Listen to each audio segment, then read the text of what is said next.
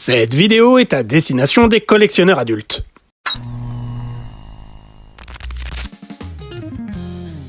Bonjour à tous et bienvenue dans cette nouvelle vidéo de la revue au max, je suis content de vous retrouver ici. Avant d'aller plus loin, comme d'habitude, n'hésitez pas à vous abonner à la chaîne, à liker, commenter et partager, ça m'aide beaucoup en tant que petit créateur. Et si ça vous intéresse, je suis également sur Instagram où je fais de la toy photographie avec l'association Toy Photo French Force, et je fais également des reviews express sur TikTok. Donc si ça vous intéresse de me suivre ailleurs, n'hésitez pas, les liens sont dans la description. Maintenant que cela est fait, on va parler de quelque chose qui est en train de revenir à la mode, les Combiners. Les Combiners, ce sont des groupes de robots Transformers capables de se transformer en véhicules et de se fusionner ensemble pour créer un robot géant. Ils apparaissent dès 1986 dans la série G1 avec des équipes célèbres comme les Constructicons, les Combacticons, les iRobots et les Stunticons. Dans les années suivantes, les Combiners reviennent plusieurs fois, dans la génération 2, Robots in Disguise 2001, puis dans Transformers Energon qui met particulièrement en avant ce concept. Au cinéma, on retient surtout Devastator du deuxième film Transformers, très impressionnant malgré son look qui a divisé les fans. Plus récemment, en 2015, Hasbro relance l'intérêt des Combiners avec la gamme Combiner Wars, où presque toutes les figurines peuvent fusionner ensemble. Cette gamme a eu ses fans, mais aussi ses critiques. Je vous laisse deviner dans quel groupe j'étais. Aujourd'hui, Transformers est entré dans une nouvelle ère plus moderne, avec des designs améliorés et des ingénieries innovantes. Les Combiners ont enfin fait leur grand retour dans la gamme Age of the Prime et Studio Series 86, marquant le début d'une nouvelle génération très attendue par les fans. Mais ce serait quand même une erreur d'oublier que les Combiners ne sont pas revenus qu'en 2025, ils sont même revenus bien avant. Bref, je suis RealMax et aujourd'hui je vais vous présenter le groupe de Combiners qui a ouvert la voie à la génération moderne. Aujourd'hui, on va parler des Legacy Stunticons et de Menasor.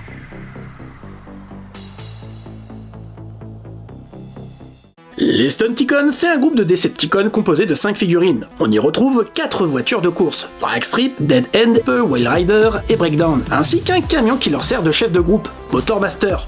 La répartition du groupe a été faite comme à l'époque de la G1, ils ont été vendus de façon individuelle répartis entre les gammes Legacy et Legacy Evolution.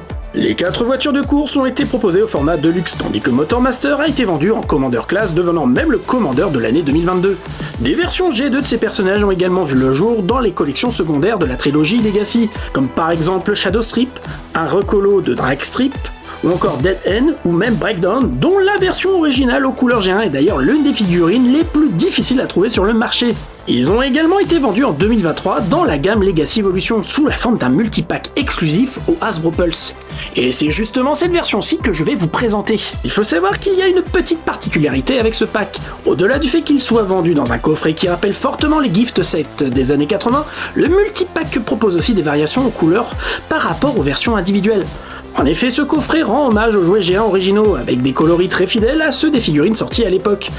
Et c'est vrai que ce pack me parlait particulièrement, déjà parce qu'il me permettait d'avoir directement toutes les figurines d'un coup, surtout celles qui sont devenues très difficiles à trouver, mais surtout parce que je possède moi-même un de ces fameux gift sets des années 80. Maintenant que tout est dit, on va pouvoir s'intéresser directement aux figurines qui composent ce pack. Et on commence avec Dragstrip. C'est le pilote arrogant de l'équipe, toujours prêt à prouver qu'il est plus rapide que tout le monde, y compris ses coéquipiers.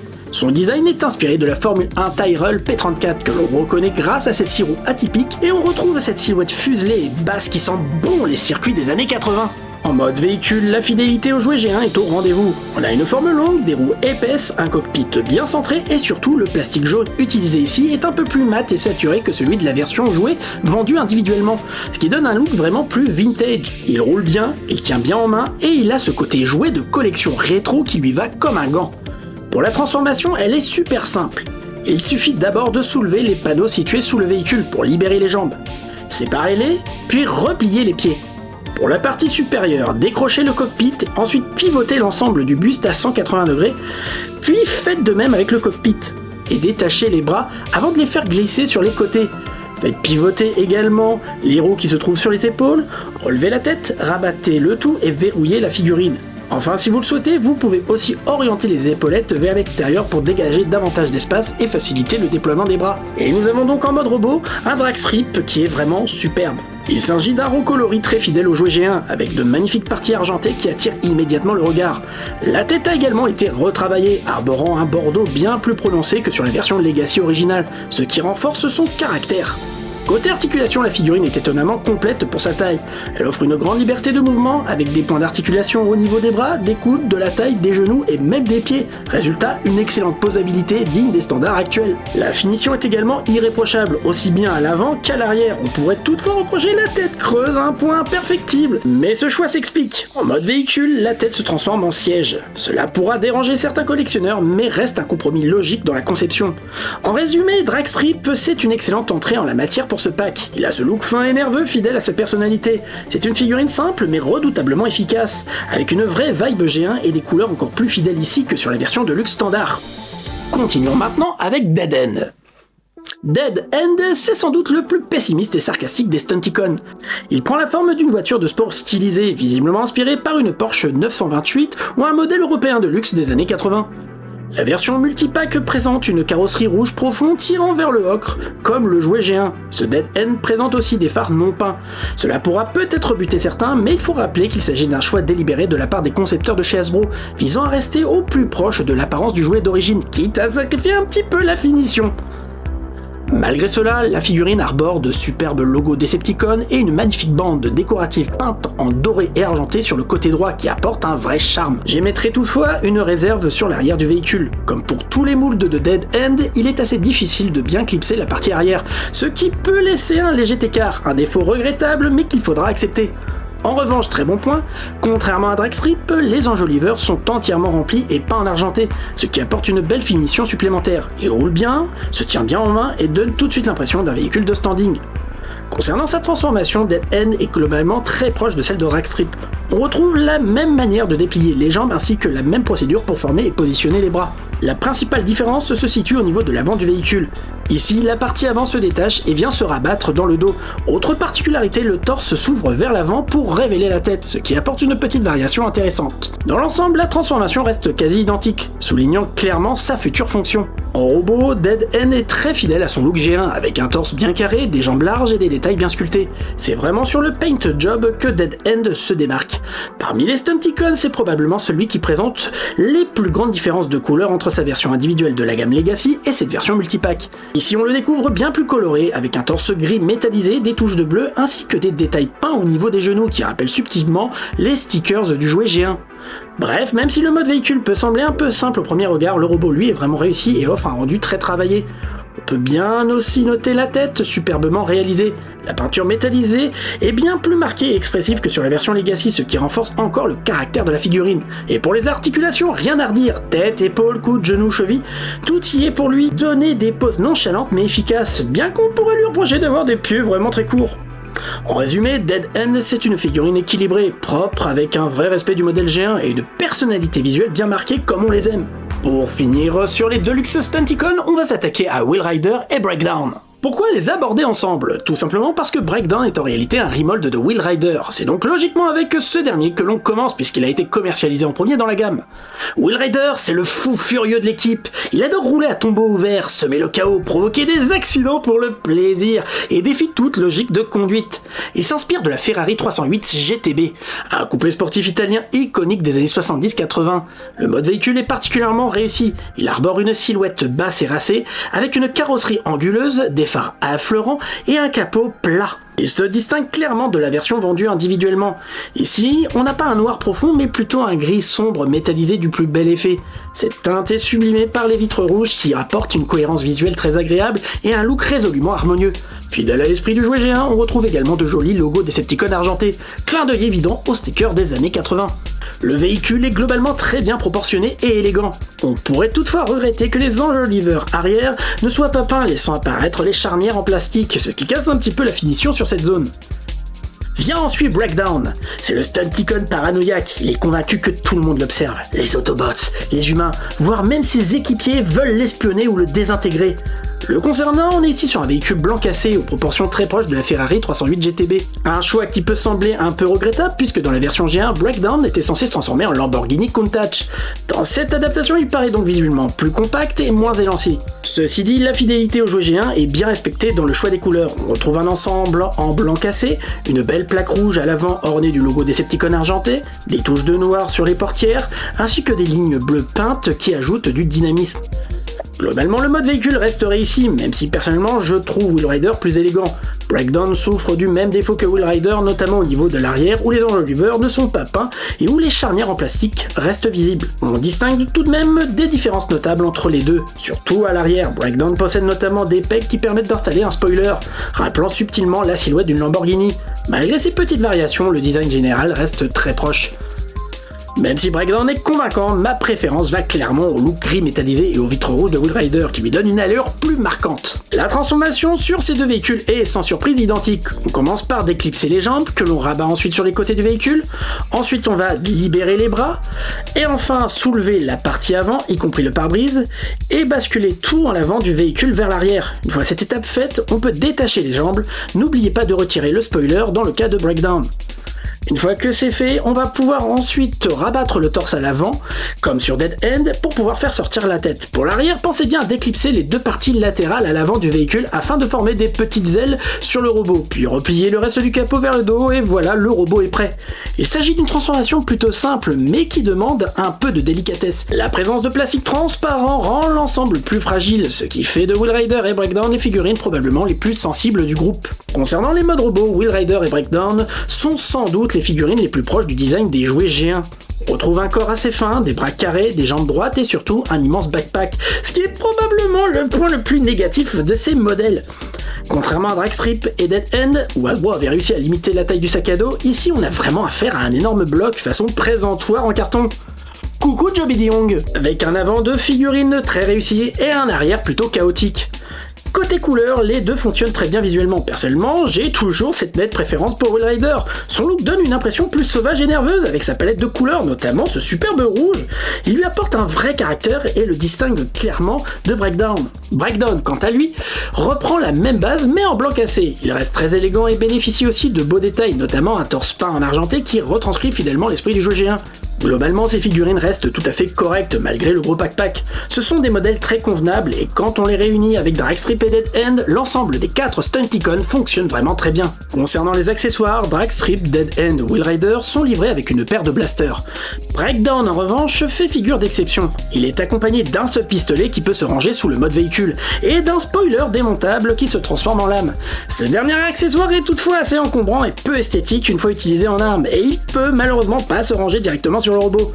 A noter également, Breakdown est le seul à inclure une deuxième tête. La première, peinte dans un bleu nuit avec un visage orange et des yeux jaunes, offre beaucoup plus de détails et de relief. La seconde tête, plus carrée, se rapproche davantage de la version G1 et correspond à celle de la figurine vendue individuellement dans la gamme Legacy, mais avec des yeux noirs. Et maintenant nous allons nous attaquer au gros de ce pack, et c'est qu'à de le dire, Motormaster. Motormaster, le leader des Stunticons. Ce personnage belliqueux se considère comme le rival direct d'Optimus Prime, au point d'avoir choisi un mode véhicule similaire à celui-ci. C'est sans doute la figurine la plus importante de ce set, d'autant plus que Motormaster a été commercialisé en tant que Commander Class. On a donc affaire à un robot imposant ou plutôt à un mode véhicule particulièrement massif. On retrouve ici un camion inspiré du Kenworth K100, revisité à la sauce Decepticon bien évidemment.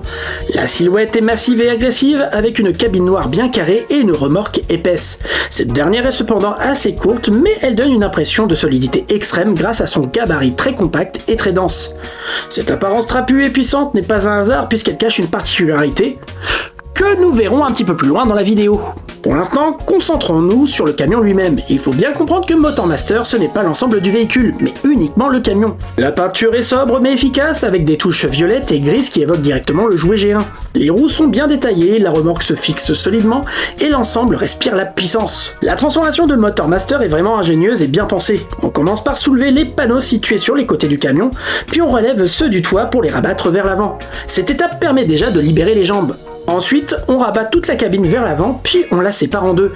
On pivote la calandre afin de former les pieds, qui deviennent ainsi la moitié d'un mini-camion. On replie ensuite les roues sous chaque pied pour finaliser la partie inférieure. On retourne ensuite la figurine pour s'occuper de la partie supérieure. On détache les bras, dissimulés sous la plateforme arrière du camion, puis on rabat cette plateforme vers l'arrière et on la fixe grâce à des pegs situés dans le dos. Enfin, on sort les mains des bras et voilà, Motormaster est prêt. C'est une transformation à la fois astucieuse et efficace. Ce que j'apprécie particulièrement, c'est la manière dont les pieds sont conçus. Dans le dessin animé ou dans le jouet G1, les pieds de Motormaster étaient déjà formés à partir de l'avant du camion. Ici, le fait de retourner la calandre pour former un mini capot avant rend vraiment hommage à ce détail emblématique. Que dire du mode robot si ce n'est que c'est une véritable réussite? En termes de proportions, de peinture et de sculpture, Motormaster se démarque clairement du reste de la gamme. Le budget Commander Class se ressent dans chaque détail, tout est soigné, massif et parfaitement équilibré. C'est une figurine vraiment agréable à manipuler, avec une présence et une solidité qui sont immédiatement en main. Et à mon avis, c'est tout simplement la meilleure pièce de ce multipack. On notera aussi plusieurs différences de couleurs par rapport à la version d'origine. Ici, la figurine adopte un noir beaucoup plus dominant, avec moins de gris. Mais la plus belle différence selon moi se trouve au niveau de la tête. On a un large casque gris avec une tête noire encastrée à l'intérieur et un visage sublimé par une peinture violette métallisée absolument superbe. Côté articulation, en tant que Commander Class, la figurine est évidemment très complète et offre une excellente liberté de mouvement. On pourrait toutefois regretter l'absence de main articulée, ce qui m'aurait encore renforcé son expressivité.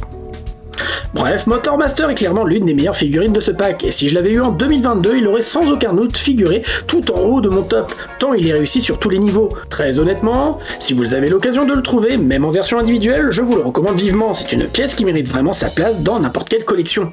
Et maintenant, on va s'attaquer à ce que vous attendez le plus, la fusion des Stunticons et Menasor. Reconcentrons-nous d'abord sur Motormaster, qui forme le cœur de Menasor. Pour commencer, on reprend le robot et on rentre les mains à l'intérieur des bras. Ensuite, on libère les bras, montés sur un système de panneaux. Pour les rabattre entièrement vers l'arrière, on replie ensuite la plateforme du camion vers l'avant. Vous remarquerez des petits pegs situés sous les encoches des bras. Il faut les enfoncer pour bien fixer les bras au dos. Et dans le dos, on bascule complètement en arrière la plaque qui soutenait la tête. Cette étape permet de libérer la tête de Menasor qui est directement fournie dans le pack. On utilise ensuite cet espace pour ranger la tête de Motormaster. Passons maintenant aux jambes. On pivote la taille à 180 degrés, on ouvre les panneaux arrière et on replie complètement les jambes à l'intérieur. Puis on les tourne à 90 degrés et on les rabat sur les côtés. Une fois fait, on abaisse les pieds, qui serviront d'encoche pour accueillir les bras par la suite, et on rabat les petits panneaux latéraux pour fermer proprement les genoux et obtenir un rendu lisse. Voilà pour la préparation de Motormaster. Maintenant, intéressons-nous à la grosse pièce de ce set, sa remorque. En effet, la remorque, que je n'ai pas encore détaillée, cache plusieurs fonctionnalités. Outre sa transformation en base, un mode vraiment pourri si vous voulez mon avis, la version G1 était quand même bien meilleure.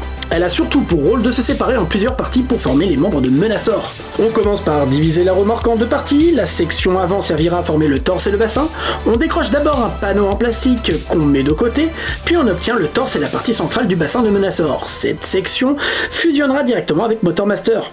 Une fois les jambes correctement rabattues et la taille pivotée, on fixe Motormaster sur cette structure. Une première encoche à l'arrière vient bloquer la figurine avec le reste du squelette. On rabat ensuite les petites plaques grises au niveau des épaules pour masquer les éléments visibles de Motormaster. Pour les bras et les jambes, ils sont formés à partir de l'arrière de la remorque. Après avoir retiré les accessoires, dont notamment le pistolet et l'épée, dissimulés à l'intérieur, on sépare la remorque en deux moitiés supplémentaires, puis chaque moitié à nouveau en deux. Les parties supérieures deviennent les jambes et les inférieures les bras. On les déplie et on les verrouille. Et c'est justement dans ce squelette que réside toute la nouvelle approche d'Hasbro pour ses combiners. Plutôt que d'avoir des membres entièrement indépendants, le robot principal, ici un Commander Class, sert désormais de base centrale, fusionnant avec sa remorque ou une moitié qui lui permet d'avoir une véritable ossature. C'est un choix qui peut diviser, surtout au vu du prix. On y perd un peu en jouabilité et en ingéniosité, notamment dans le plaisir de réfléchir à comment chaque véhicule s'intègre complètement, mais en contrepartie, on gagne énormément en solidité, en homogénéité visuelle et surtout en stabilité. De plus, les plus petits robots ne sont plus limités par un design imposé pour former un membre de Combiners. Ils profitent d'un look plus indépendant et travaillé, ce qui les rend vraiment intéressants même pris seuls dans une collection.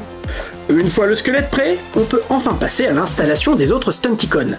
Avant toute manipulation, pensez bien à remettre tous les Stunticons, sauf Motormaster bien évidemment, en mode véhicule. Commençons par les jambes avec Wheel Rider et Breakdown. Pour préparer chaque véhicule, relevez le pare-brise avant puis pliez l'avant du véhicule à 90 degrés. Ensuite, allez à l'arrière des jambes de Menasor. Vous y verrez des encoches en haut et en bas qui correspondent parfaitement aux trous présents sous chaque voiture. insérez-les dans ces encoches. Petit détail sympa, en insérant les véhicules, un bouton interne est activé déclenchant la fermeture des panneaux latéraux qui viennent combler l'avant des jambes, créant ainsi une silhouette plus harmonieuse et sculptée. Un petit gimmick ingénieux et bienvenu. Passons maintenant aux bras où la vraie nouveauté se révèle. Sur toute la longueur des bras de Menasor, on retrouve des picots qui serviront à maintenir les véhicules. Une fois positionnées, ces voitures peuvent être littéralement séparées en deux grâce à un petit bouton dissimulé au centre de chaque véhicule. Cette astuce permet de diviser la voiture en deux moitiés, une qui se fixe sur l'épaule et l'autre sur l'avant-bras. Et c'est là que réside toute l'ingénierie et le vrai gimmick de ce Menasor. Un système surprenant, surtout pour une figurine principale, alors que ce genre de mécanisme à ressort est généralement réservé aux jouets destinés aux plus jeunes ou aux gammes dérivées des films. Certes, ce concept ne plaira pas à tout le monde, mais je trouve remarquable qu'Hasbro ait osé explorer une approche aussi ambitieuse et originale. Une fois tous les robots transformés et assemblés, on obtient un Menasor vraiment superbe, surtout dans ses couleurs fidèles au style G1. Par rapport à la version individuelle de Motormaster, on remarque plusieurs différences notables. Des jambes entièrement peintes en grise, des abdos détaillés en gris métallisé avec des touches de bleu, rouge et jaune, ainsi qu'une ceinture colorée. L'ensemble paraît globalement plus clair et plus travaillé. Visuellement, Menasor est une figurine massive et très imposante, même si on aurait pu s'attendre à un Combiners légèrement plus grand, surtout pour un pack proposé au même prix qu'un Titan classe. Il reste impressionnant, certes, mais il est large et trapu, avec un aspect vraiment très court sur pattes pour certains goûts. Heureusement, il existe des kits d'extension, assez coûteux bien évidemment, qui permettent d'ajuster sa taille. En dehors de cette question de proportion, Menasor est un robot extrêmement propre et harmonieux. Certains pourront regretter que les véhicules formant les jambes se retrouvent partiellement à l'arrière, mais l'ensemble conserve une silhouette très cohérente. Côté sculpture, c'est un travail remarquable. Les détails sont magnifiques, en particulier les panneaux sur les jambes, et l'ensemble respire la puissance. Les articulations, principalement montées sur des ratchets solides, assurent une excellente stabilité et permettent des poses dynamiques. Un petit regret cependant, les mains ne sont pas articulées et sont moulées dans un seul bloc. Un point un peu décevant pour une figurine de ce niveau. Cette articulation des doigts est pourtant une feature assez répandue sur les Commander Class et Motormaster reste le seul à en être privé. Côté accessoires, Menasor ne déçoit pas. Il est équipé d'un blaster à double canon qui peut se transformer en tourelle avec les restes de la remorque et de sa fameuse épée inspirée de la G1. L'épée est un petit peu courte, évoquant davantage un glaive, mais cela reste un défaut récurrent dans la gamme. Malgré tout, cela permet à Menasor d'avoir un équipement complet et fidèle. Il est aussi possible de ranger les armes des Stunticons sur les véhicules, renforçant l'apparence agressive avec des petits canons visibles. Un point noir cependant, l'excédent de la remorque, une partie qui reste inutilisée par défaut et qui n'a pas de place attitrée sur le robot, ce qui peut gêner les collectionneurs qui souhaitent une intégration totale. Heureusement, certaines astuces circulent, notamment celles présentées par TM Review. Pour cela, il suffit d'aller à l'arrière de Menasor, de déboîter légèrement les bras et de les relever vers l'avant. Ensuite, rabattez à l'horizontale la plateforme arrière du camion de Motormaster pour créer un espace. Reprenez le bloc excédentaire dans sa configuration initiale, comme pour le mode véhicule, et faites-le glisser à l'intérieur. Il ne sera pas fixé fermement, mais en ajustant bien et en calant les bras par-dessus, le bloc tient plutôt bien. Cette solution donne à Menasor un backpack un peu plus visible, mais au moins tout est intégré, ce qui offre un rendu plus complet et satisfaisant. Salut Max du futur, juste pour vous dire que vous pouvez également ranger sur le dos l'excédent de plastique pour former des petites ailes pour Menasor. C'est pas forcément ce qu'il y a de plus beau, mais en attendant, ça peut être rangé naturellement grâce à l'encoche ici sur la plateforme arrière. Voilà, bisous! Bref, Menasor, c'est un robot que j'apprécie vraiment beaucoup dans l'ensemble. Il représente une vraie évolution dans la façon dont Hasbro conçoit ses Combiners. Et il se démarque clairement de tout ce qu'on a pu voir au cours de ces dernières années. Mais je vais pas vous mentir, j'ai aussi pas mal de réserves. Et la première, c'est le prix. Que ce soit en achetant les figurines à l'unité ou directement via le multipack, on est sur quelque chose de très onéreux. Et forcément, quand on voit le produit final, la question se pose. On sent que les 4 Stunticons secondaires sont sous-exploités. Le vrai centre de l'attention, c'est Motormaster et son squelette. Les autres viennent simplement se greffer au géant. C'est un choix de design qui se défend, surtout pour la stabilité et la fidélité à la série, mais qui peut laisser certains fans sur leur faim. D'ailleurs, pour être honnête, j'ai hésité plusieurs années avant de me prendre ce pack. Alors, au final, ce sera à vous de vous faire votre propre avis. Si vous êtes fan de la série G1 et que vous aimez les combinaisons solides et que le côté ossature centrale ne vous dérange pas, alors vous allez sûrement apprécier Menasor. Mais si vous préférez les anciens systèmes où chaque robot jouait un vrai rôle actif dans la fusion, alors peut-être que ce pack ne vous conviendra pas. Dans ce cas, regardez plutôt du côté des Combiner Wars, si vous arrivez à les trouver à des prix raisonnables, ou alors tournez-vous vers les third party qui proposent parfois des versions bien plus abouties. Cependant, vu la qualité globale de ce pack, je me laisserai bien tenter à l'avenir par d'autres combiners utilisant ce même système. Je pense notamment à Superion et aux Aerobots qui, à mon avis, ont eux aussi droit à un pack complet dans le même esprit que Menasor, probablement d'ici 2026 ou 2027. En résumé, malgré ses défauts, je trouve que c'est une vraie réussite, un hommage moderne et solide à Menasor qui ne plaira certes pas à tout le monde, mais qui pour moi est une belle pièce qui mérite sa place dans une collection. En tout cas, si ce pack vous intéresse, il est disponible exclusivement sur le Hasbro Pulse. Le lien se trouvera également en description. Et voilà, on arrive déjà à la fin de cette vidéo. Je sais que la figurine que je vous ai présentée aujourd'hui a plutôt divisé les fans. Je serais très curieux d'avoir votre avis en commentaire et savoir ce que vous pensez aussi des nouveaux combiners qui arrivent dans la gamme Edge of the Primes et dans la gamme Studio Series 86. Me concernant, comme j'ai déjà pu le dire, je serais très intéressé de me prendre les Aerobots et peut-être même Devastator, même si en l'occurrence ce n'est pas un achat que je compte faire dans l'immédiat. Donc, comme d'habitude, avant de se quitter, n'hésitez pas à vous abonner à la chaîne, à liker, commenter et partager cette vidéo, car je suis un petit créateur. Et d'ici là, je vous donne rendez-vous pour une prochaine vidéo. Mais avant ça, n'oubliez pas, les robots changent, mais la passion reste. Allez, à plus!